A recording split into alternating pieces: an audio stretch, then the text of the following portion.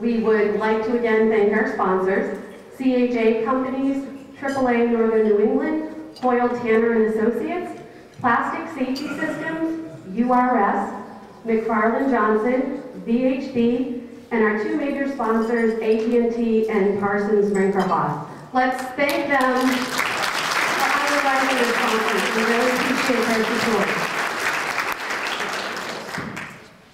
After the Northeast Transportation Conference, there is a small mini conference going on. If you are registered for the Everyday Counts conference, which is, it's not open to the general public, but there is a little bit of a crossover for people who are attending this conference, who will also be attending that conference. I want to let you know that lunch will be provided, and the conference will be in the Merrimack room, and we'll be having lunch in the cafe. So if you're unclear where to go after the last session ends, you can meet at the registration table, and we'll give you the skinny and let you know where you should be. Lunch will be ready at 11:45. The sessions are scheduled to go until noon. If the sessions get out early though, I would suggest that you make your way to the cafe so you can have a leisurely lunch before your other conference starts at 12:30. One other housekeeping issue to take care of. If you are a driver's ed instructor, the Driving Towards Zero program would like to support your programs in any way that we can. So we have a little sign-up sheet at the registration table. If you want to give us your name and contact information, if you're interested in any of the coalition members coming in and doing a presentation for your driver's ed class, we have survivors of family members of fatal crashes that would be very willing to speak to your students, and perhaps some sort of emotional story would really impact them, first-hand stories. So we would love to facilitate that, so you can get a hold of Michelle or me, and we would be happy to help arrange that. Now, without further ado, I will hand the program over to Michelle, who will introduce our keynote speaker.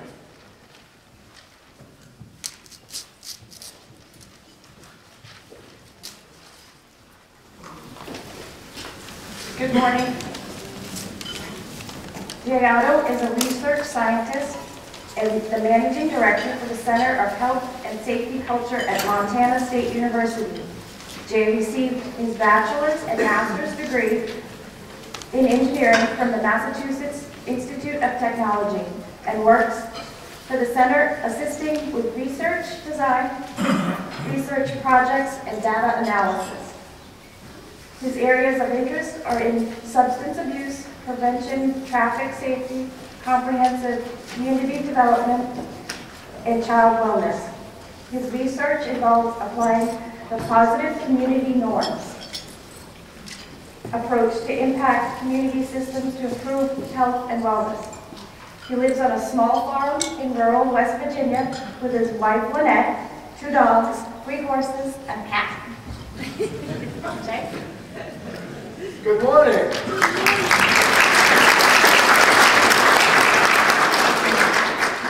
I always get really excited when I talk, so I'm not going to stand on the stage because I like to walk around. It is a great honor to be with you all, to be able to share some ideas with you all. It's also a great pleasure to be back in New England. I lived in Boston for quite a while, and then north of Boston for a while, and I've visited all the states in New England, and it's truly a wonderful and beautiful region of our country. So it's great to be back. I was telling the driver when I was coming in, it's been about 20 years since I was driving on 93. Feels good to be back on 93. I want to share some ideas with you, some ideas that you might find interesting as you move towards this work of improving safety, of improving traffic safety, and of improving traffic safety culture. We do our work all out in the field. We don't do any laboratory research. All of our work is out in community, serving community, working on improving health and safety. We work on a variety of issues. Traffic safety is one of the major ones. We're part of the Western Transportation Institute.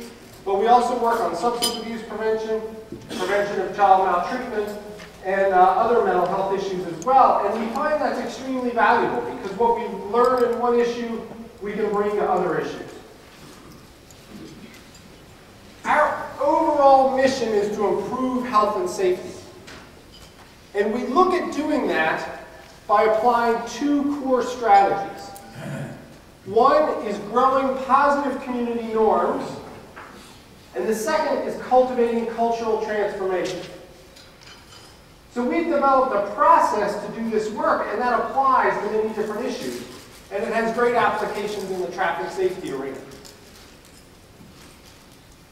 Peter Kissinger yesterday introduced and shared a basic definition of culture, and ours is very similar to that as well. If we're talking about this idea of traffic safety culture, if we're talking about this idea of cultivating cultural transformation, we want to check in about what do we mean by culture. So we really view it as the shared values, shared beliefs and attitudes, and shared behaviors of a group of people. Now there's some really critical points there we want to connect with. One is shared. These are shared across, they're common. We're not talking about just behaviors when we're talking about improving traffic safety culture, but we also have to address issues of values and beliefs and attitudes. And we believe values are really key because if we can connect with the values that exist in our communities, we can get the energy to do the work. And the work that we need to do is going to require energy. It's also critical to realize that it's of a group of people. And there are many different groups of people. We have the people of New Hampshire. We have students in a high school are a group and have a culture. Parents, young adult males. The traffic safety field itself has a group and a culture. So it's important to recognize that there are many cultures and subcultures. And we have to look at all those different cultures. Many of them have similarities, but there are also differences too. We don't have one culture. We have many cultures. And we have to embrace that. Now, when we think about this idea of transformation, it's interesting to connect to physical transformation, like the transformation of a caterpillar to a butterfly. Simple change is a small caterpillar growing into a big caterpillar. It's still a caterpillar, it's changed its size. And change can go backwards. We can have a big caterpillar that shrinks to become a small caterpillar. But transformation is fundamentally different. That's the caterpillar changing into a butterfly. The world of a butterfly is completely different than the world of a caterpillar. Its actions are fundamentally different. How it sees the world is fundamentally different. We believe that in our work of improving health and safety, we need to achieve both change and transformation. It's not one or the other, it's both. And it's also critical to realize that transformation doesn't happen overnight. For the caterpillar, it goes through an intense chrysalis stage, where there's a lot of internal work. This will be true as well when we look about cultivating cultural transformation around traffic safety. It will not happen overnight. It will take a lot of work. And what we scientists call the chrysalis stage is the ooey-gooey phase. And when we go through transformation with people and systems and beliefs, there's going to be an ooey-gooey phase too. Now when we transform, we don't change our form, we change the way we see the world. That's what transformation looks like for people. How we see the world fundamentally shifts. And the ways we can foster transformation is by asking questions. Questions which examine core assumptions. Because when we shift our core assumptions, we foster transformation.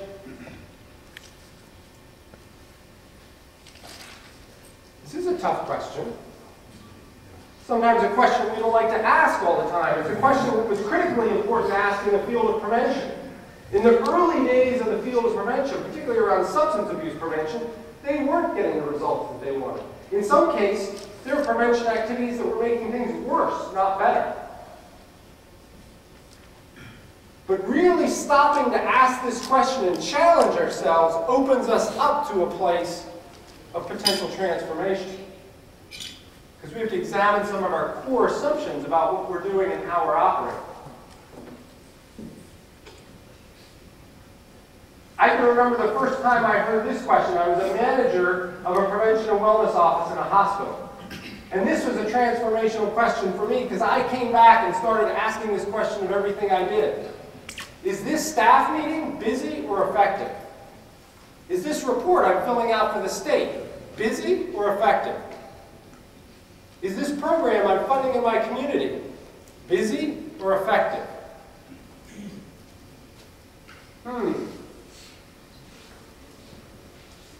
None of us wake up every morning thinking, wow, I really want to be busy today. All of us are called to this work, to the work of improving health and safety, because we want to be effective. We want to constantly challenge ourselves and ask those hard questions. Am I being effective? All right, on your table are some clickers. I apologize, I didn't have enough clickers for everyone. If whoever grabs the clicker first gets to use them. See how quick you all are to grab the clickers? Don't worry if you don't have a clicker. I'm going to ask multiple questions and I'll allow you to shift and trade who gets the clicker. The clickers are a lot of fun because I get to ask you questions and you get to respond in real time. So, I'm going to ask you multiple choice questions. You're going to respond by pressing one letter or number that corresponds to the answer. A little green light will flash on your clicker. That means your response has been received by my computer up here. If you change your mind while the poll is still open, you can pick a different response.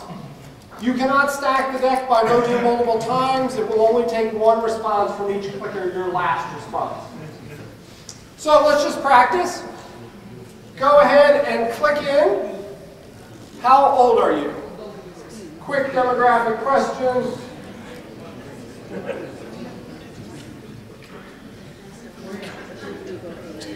All right. Let's see who's in the room. So, about 9% of us are 22 to 29. About 22% of us are 30 to 39.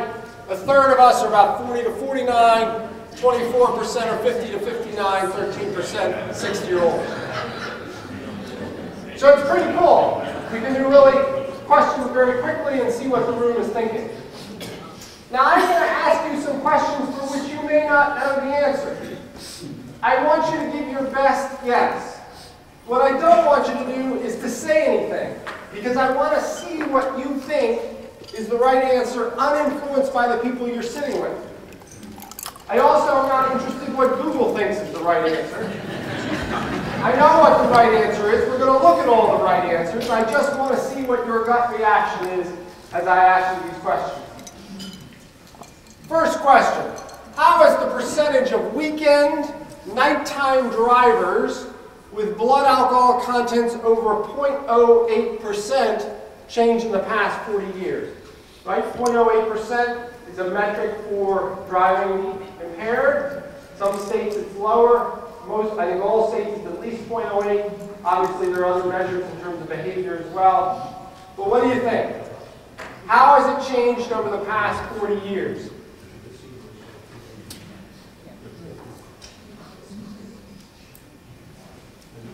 This is a question which clearly relates to the work we do. As we all know, impaired driving is still a major issue that we need to address. Let's see what you think.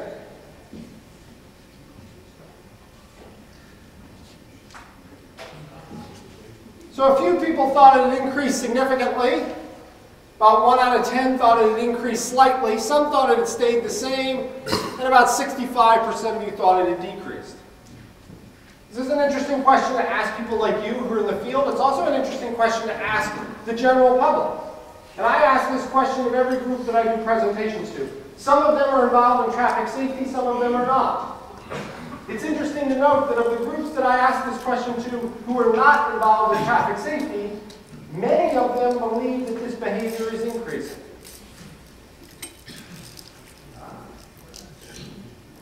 In fact, it's gone down significantly. 2.2% seems like a real small number. Are we done with this issue? By no means. If I pass 1,000 cars on a Saturday night, 22 of them could be impaired. That's horrific. I don't want to pass 22 potentially impaired drivers if I'm driving home on a Saturday night. We have an enormous amount of work to do. But the trend is different than what we might thought. How about this question? What percentage of U.S. high school students drove when they had been drinking alcohol in the past 30 days? So this is just while they were, immediately after or while they were drinking, not necessarily a .08, and just among high school students. What do you think?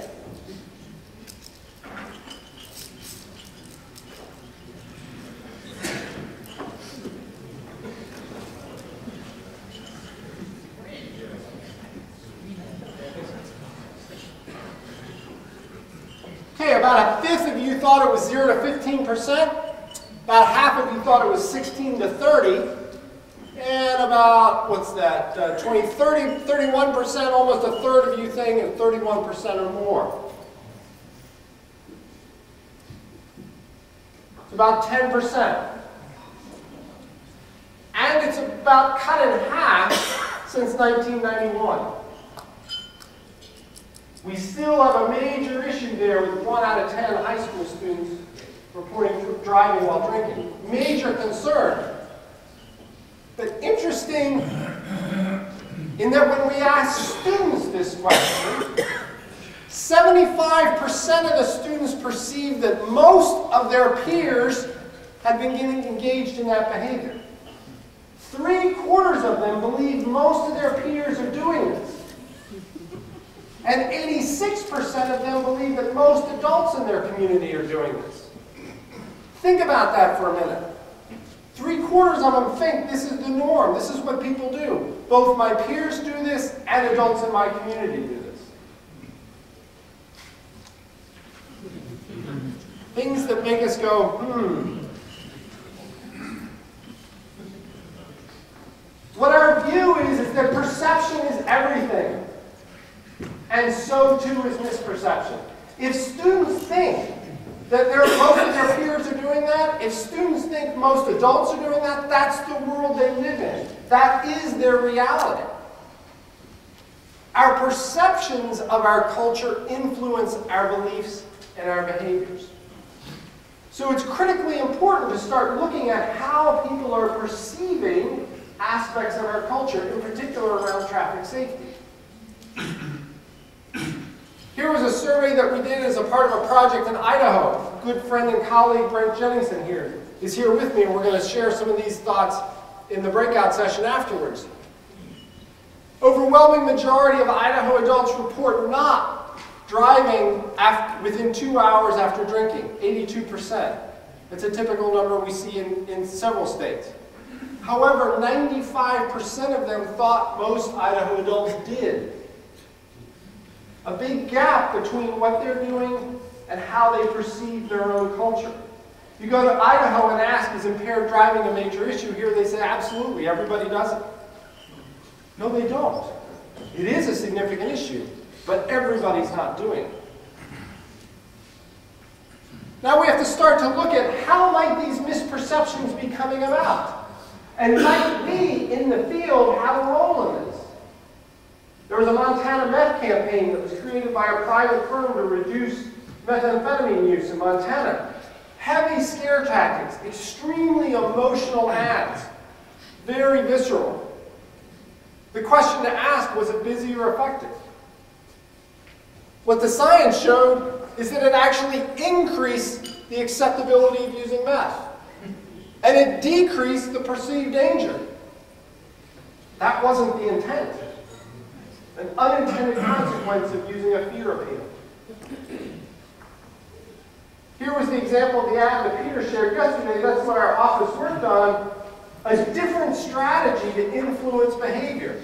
One where we start to correct people's misperceptions about the norms in their community.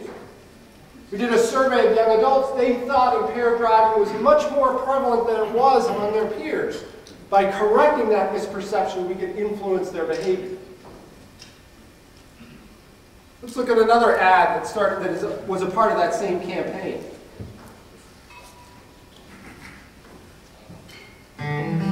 It takes a certain kind of person to be a Montanan. They have respect for the land. For hard-working people. They own up to their actions.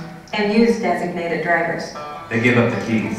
Take cabs. Or don't drink at all. You've got to take responsibility if you live in Montana. Because most of us, Most Montanans. Don't drink and drive.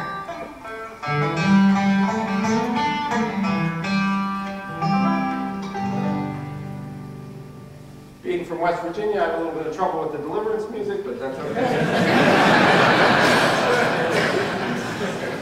But clearly we want law enforcement to have a clear voice on this issue. We know the perception of arrest, perception of enforcement is critical around impaired driving, and we can have them create a message that clearly states this is not what we do in Montana, and most people are not doing this. All right, give your clicker to somebody else so they get to play. How has drinking among U.S. 12th graders changed in the past 25 years? What do you think?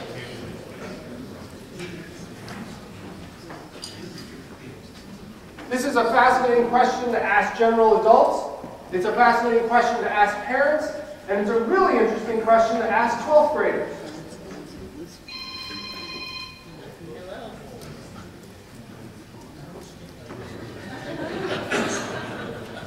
Let's see what you think.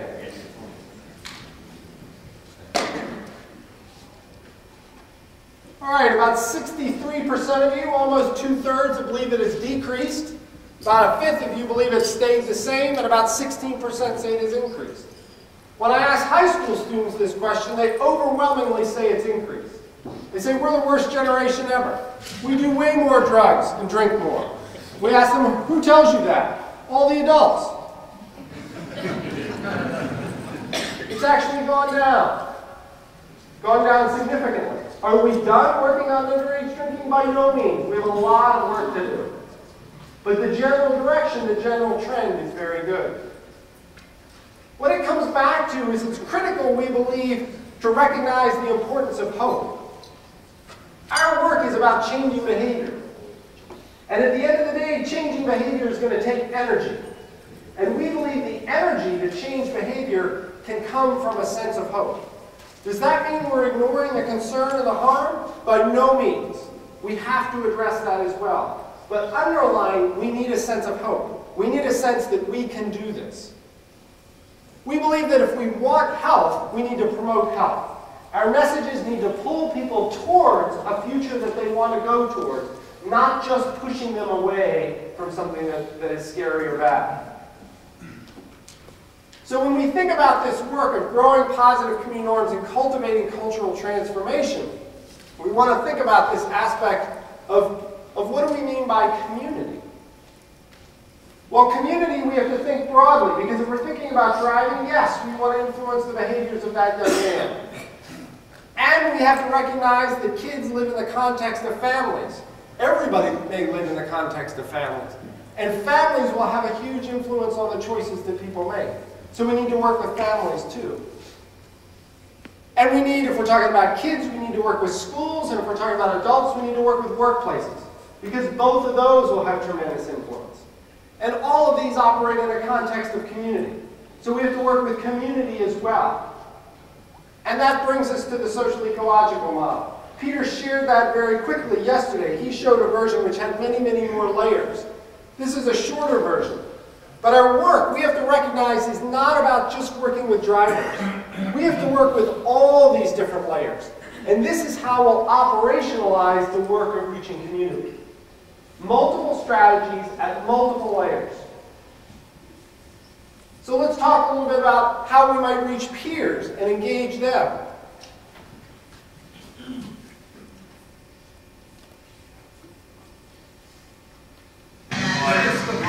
Now that's a mountain. Wow.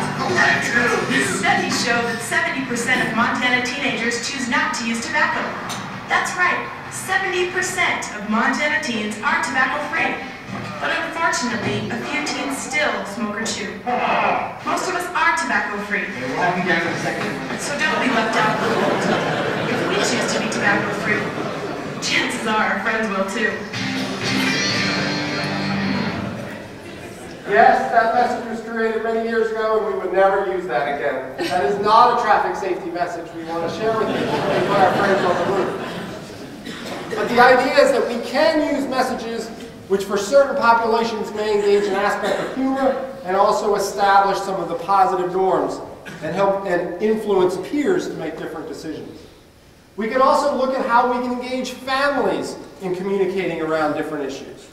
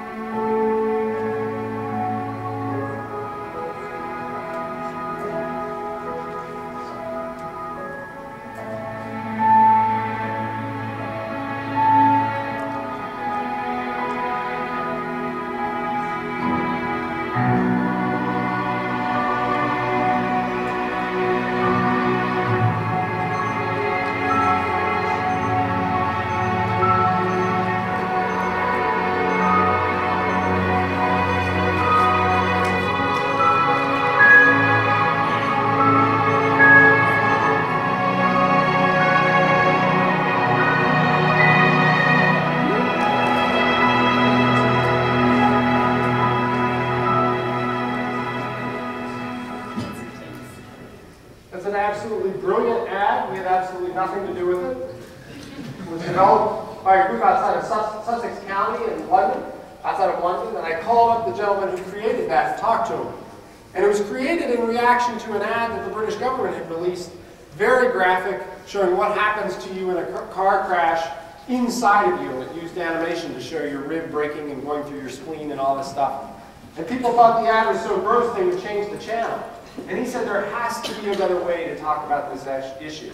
And that's a brilliant ad because people thought it was so well done that they shared it with other people. And they've had so much airtime from that ad that they didn't pay for because everybody thought it was such a powerful message that they just forwarded and shared it with all sorts of other folks. We can also think about how to engage workplaces because workplace norms are extremely strong. This is an ideal opportunity to influence traffic safety and grow positive norms. We're doing a project that we'll talk about a little bit at the second session in Ontario, where we're working with a number of companies to look at 6 risky driving behaviors. And in particular, what we're seeking is how do we get employees to speak up and engage as a bystander when they see somebody else engaging in a risky behavior. Because the overwhelming majority of people don't engage in risky behaviors. And we need to somehow get the other folks involved in improving traffic safety. So this whole realm of bystander engagement we think is really important. So that project is very exciting and we're just in the ways of doing some trial work with it right now. We also want to think about how we're working at the community level, how we can start to engage communities in this work. And that's a project that we'll talk about with Brent after in the other session as well, where we're looking at in Idaho about how we can engage the whole community as a bystander in addressing impaired driving. And that's about stepping up and addressing with somebody who's had too much to drink, as well as all the systems that are surround that in terms of policy and other aspects that a community can embrace to address impaired driving. And we also want to look at how this happens at a societal level, maybe at a state.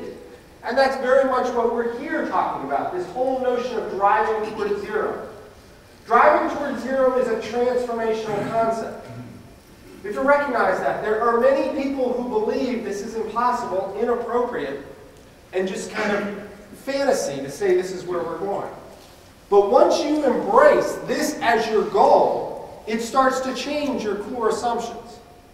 It starts to say everything's on the table. If we're really going to zero, then we need to put everything on the table. If this is what we're standing behind, then it means we really have to look at the whole big picture and start rethinking how we're doing things.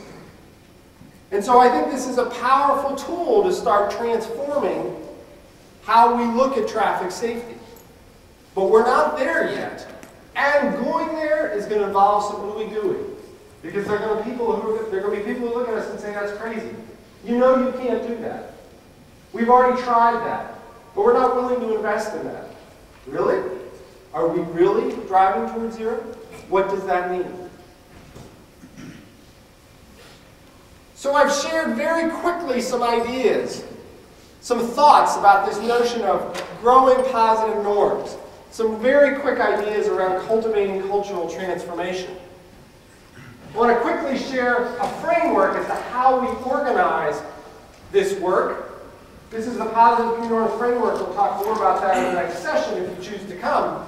But basically on the right-hand side, we're looking at what are the norms we want to grow? What are the positive norms that we want to grow in our community? We want to grow positive norms because these become a part of our culture. These are sustained. This becomes who we are and what we do. We want to do that work across the social ecology. It's not just about addressing drivers. A lot of our work is going to be about addressing the traffic safety community because that's where the work is going to begin. That's where the initial transformation has to take place. And what do we engage in? We engage in leadership work. Because the work of prevention is an act of leadership. So we need good leadership skills. We work on communication because we're going to need to communicate and correct some serious misperceptions that people have. And we're going to correct those misperceptions through various communication strategies. And we're going to have to do integration. We have to recognize there's no silver bullet. There's no one thing we are going to do to reach zero. It's going to be multiple strategies at multiple levels of the social ecology. And we need to embrace that and integrate them. We need to stop doing some things and start doing some new things. And we have to actively manage that mix. So quickly, what I would offer is your challenge, your opportunity. Embrace your leadership role. Your job is going to be about fostering transformation in yourself.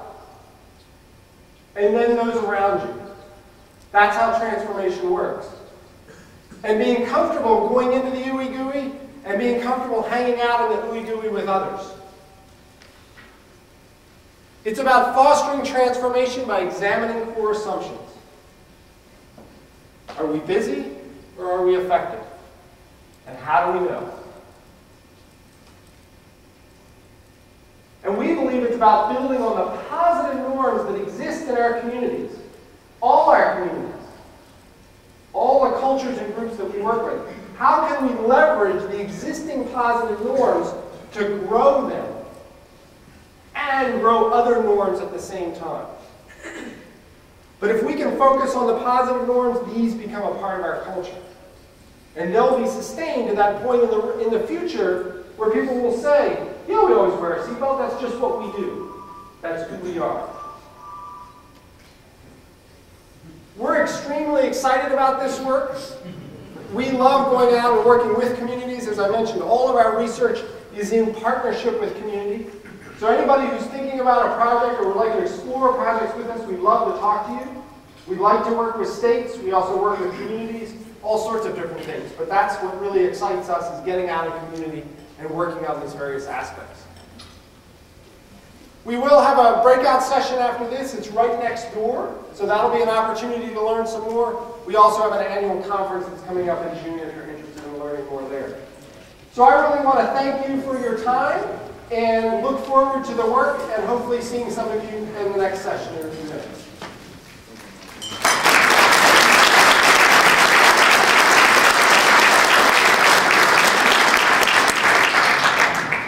Thank you, Jay. I just want to take a few minutes and personally thank Kim Griswold for helping market this conference, Bill Caswell with the media, the presentation setups that he's been doing in all the breakout rooms, the people that helped with the registration, Julie, Megan, and Grisbell, as well as thanking the speakers and the moderators that we've had for the conference. We invite you all to proceed to your first session this morning, and there will be a break at around 10:15, and then the last session of the day will be after that. We'd like to thank all of you in advance for attending the conference, and if you have signed up for the continuing education credits, make sure you sign for today, and those certificates will be mailed to you within 2 weeks. Thank you.